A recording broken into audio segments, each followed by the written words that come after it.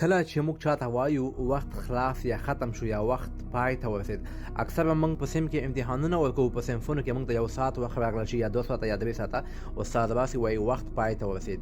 دغه جمله موږ چې چاته وایو داسې وایو، دا اصطلاح هم ده، وایي die Zeit ist وخت پای ته ورسید. تاسو هر چاته دا ویلی شئ. او بله جمله زده کوو چې وایو هغه د خپل ملګري سره راغی. اکثره موږ ته وایي هغه چا سره راغی، او موږ وایو هغه د خپل ملګري سره راغی.